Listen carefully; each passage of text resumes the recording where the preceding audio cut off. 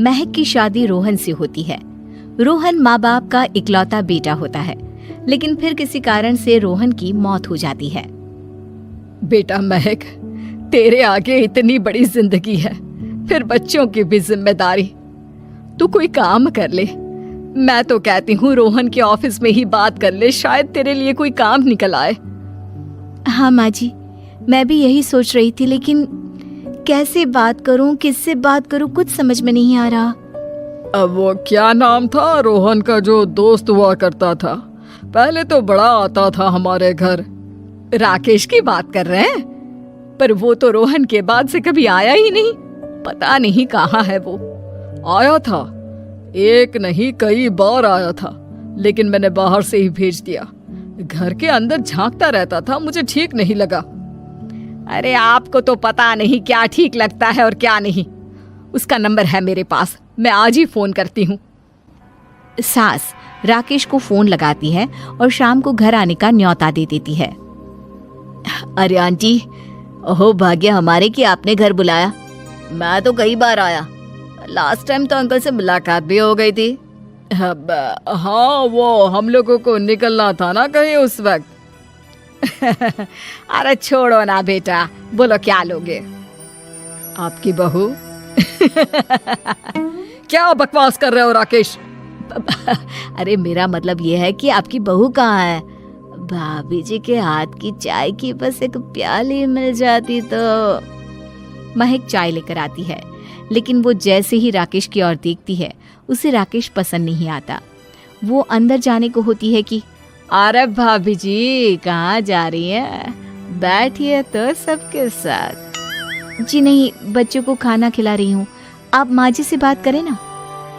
अंदर जाने के बाद सास कहती है, अरे बेटा राकेश, वो क्या है ना, वैसे तो तेरे अंकल जी की पेंशन आती है, साथ ही ऊपर 2 मंजिल मकान से किराया भी, तो हम लोगों का तो अच्छा चल जाता है। लेकिन महक, उनकी चिंता आप न करें आंटी, आदेश दें बस आप तो। देखो भाग्यवान, रहने दो, कोई बात नहीं, मैनेज हो जाएगा। अरे क्या मैनेज हो जाएगा अंकल, हमें भी बता दें। आप चुप रहिए जी। अब वो क्या है ना राकेश, तुझे तो पता है कि रोहन के 2 बच्चे हैं, उनकी पढ़ाई लिखाई का खर्चा बहुत है। हम ये चाह रहे थे कि रोहन के ऑफिस में महक को भी अगर कोई काम मिल जाता तो।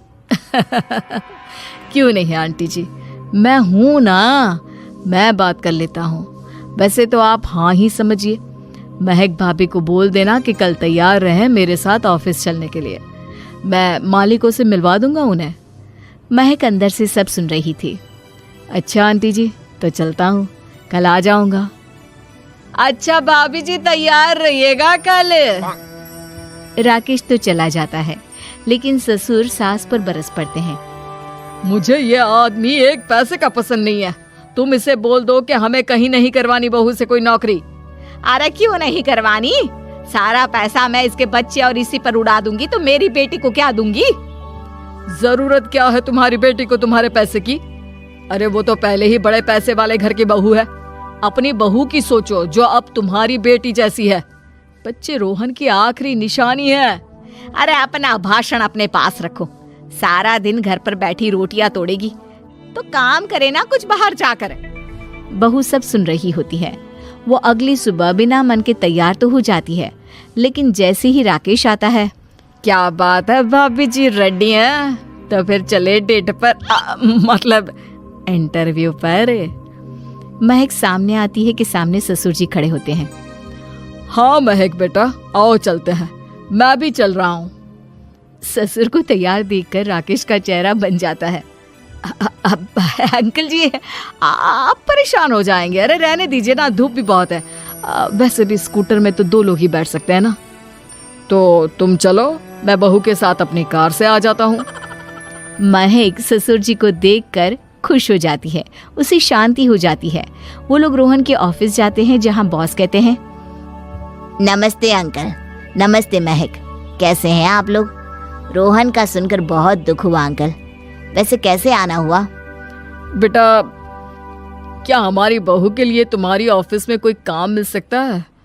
हमने राकेश से इसी सिलसिले में तुमसे बात करने को कहा था, उसी के कहने पर हम दोनों तुमसे मिलने आए हैं। राकेश ने तो कोई बात नहीं की, ऊपर से उसने तो आज की छुट्टी ले रखी है, ऑफिस भी नहीं आया। बोल रहा था जरूरी काम से जाना है। महक और ससुर एक दूसरे को देखने लगते हैं। वैसे महक, क्या किया है आपने? I mean, इंग्लिश कैसी है आपकी? महक बॉस से अपनी पढ़ाई लिखाई और क्वालिफिकेशन के बारे में सब कुछ बताती है।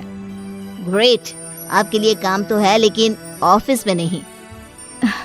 सर, मेरे बच्चे छोटे हैं, मैं फील्ड में काम नहीं कर सकती हूँ। मतलब वो काम घर से करना है, घर से रहकर बच्चे भी देखें और घर भी देखें, लेकिन हाँ, काम जरूर से करें। वो काम डाटा एंट्री का है, तो जब भी वक्त मिले काम करें, और इसके हम आपको अच्छे पैसे भी देंगे। महक बॉस की बात सुनकर खुश हो जाती है, उन्हें थैंक्स बोलकर घर आ जाती है।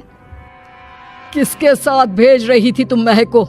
अरे वो कमीना, उसने तो ऑफिस से छुट्टी ले रखी थी, बात भी नहीं की थी उसने बॉस से बहू के काम के लिए। वो तो अच्छा हुआ कि मैं साथ में चला गया। हाँ, ठीक है, नौकरी मिल गई ना, इतना ही काफी है। समय बीतता है और एक दिन फिर दरवाजे पर दस्तक होती है। घर पर कोई नहीं था। महक दरवाजा खोलती है, देखती है तो सामने है राकेश। नमस्ते भाभी जी। नमस्ते, घर पर कोई नहीं है, आप कल आइएगा। अरे, कैसी बात कर रही हैं भाभी जी, हम तो आपकी मदद के लिए आए हैं। वो क्या है ना, अंकल जी का फोन आया था कि आपको किसी मदद की जरूरत है। महक को आश्चर्य होता है कि उसके ससुर ने राकेश को फोन क्यों किया। वो ससुर जी को फोन करती है लेकिन फोन नहीं लगता। नहीं, हम लोगों को किसी भी चीज की जरूरत नहीं है, आप जा सकते हैं। अच्छा, एक कप चाय तो पिला दीजिए। महक चाय लेकर आती है। चाय पीने के बाद, रोहन मेरा बहुत अच्छा दोस्त था, उसने मुझसे कहा था कि वो रहे ना रहे, उसके घर वालों का, खास करके आपका ख्याल मुझे ही रखना है, तो मैं कल फिर आऊंगा भाभी जी। नहीं, माता पिताजी है नहीं, वो 4-5 दिन बाद आएंगे। आप उन लोगों के आने के बाद ही आइएगा, मुझे ये सब ठीक नहीं लगता। अरे छोड़िए ना भाभी जी, लोगों का तो काम है कहना। मेरा मतलब है वो तो बोलते ही रहेंगे। आता हूँ मैं कल। महक को अब गुस्सा आ जाता है। हमेशा शांत और मधुर बोलने वाली महक पहली बार जिंदगी में फैसला लेती है, और फैसला होता है राकेश को सबक सिखाने का। बड़े बेशर्म हैं आप, किसने कहा आपको कि आप आए? अरे भैया, साफ साफ बोला ना कि नहीं जरूरत है किसी की मदद की, मैं अकेले सक्षम हूँ अपना घर संभालने के लिए। आज आखिरी बार बोल रही हूँ, इस घर की तरफ आंख उठाकर भी देखा ना तो देख लेना, वरना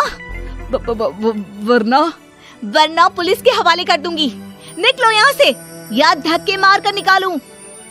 पुलिस का नाम सुनते ही राकेश वहां से 9-2-11 हो जाता है, और महक को अपने फैसले पर गर्व होता है।